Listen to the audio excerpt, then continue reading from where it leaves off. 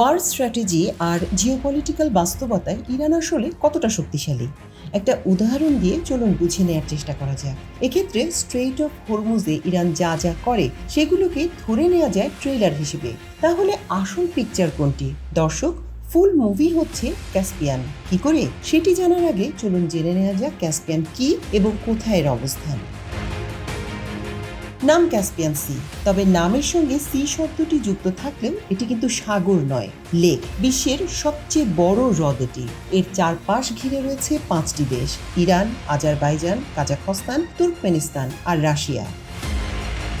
এই লেকের বিশেষত্ব কি জানেন? এই 5টি দেশ ছাড়া আর কোনো দেশের নৌবাহিনীর ক্যাসপিয়ান সিতে প্রবেশাধিকার নেই।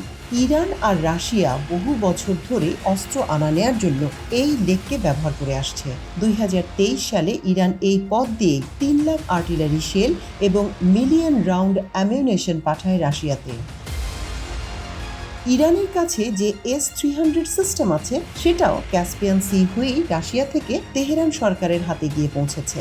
এই লেক দিয়ে যেসব জাহাজ সেল করে তারা প্রায়শই তাদের ট্র্যাকিং সিস্টেম বন্ধ করে রাখে, অর্থাৎ এখানে কি হচ্ছে সে সম্পর্কে বাকি বিশ্বের গোয়েন্দা তথ্য পাওয়া প্রায় অসম্ভব।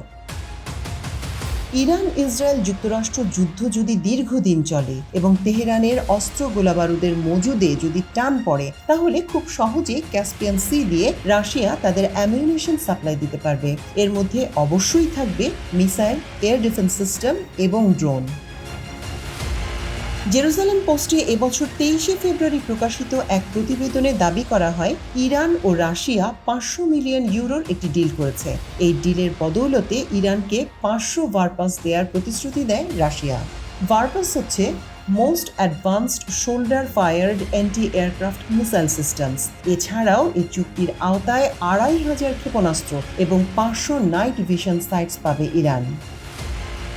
পশ্চিমা গোয়েন্দা সূত্রগুলোর দেওয়া তথ্যানুযায়ী রাশিয়া তাদের জেরান-2 ড্রোনও ইরানকে সাপ্লাই করবে, আর এই পুরো সাপ্লাইটাই হবে কাস্পিয়ান সি দিয়ে। কাস্পিয়ান সি ছাড়াও এর আশপাশ দিয়ে রেলপথ রয়েছে। রাশিয়া ইরানের সার্বিক অস্ত্র বাণিজ্যে এই রেললাইনগুলো ব্যবহার করা হয়ে থাকে। আমেরিকান নেভি পুরো বিশ্বের সমুদ্র নিয়ন্ত্রণ করে, তবে এবার একটি লেক হয়তো যুক্তরাষ্ট্রের প্রেসিডেন্ট ডোনাল্ড ট্রাম্পের জন্য আউট অফ সিলেবাস হিসেবেই প্রমাণিত হবে। এই সংকট কি সামাল দিতে পারবেন ট্রাম্প? কি ভাবছেন আপনি? কমেন্ট করে শেয়ার করুন আমাদের সঙ্গে। মাল্টিমিডিয়া ডেস্ক, বাংলাদেশের খবর।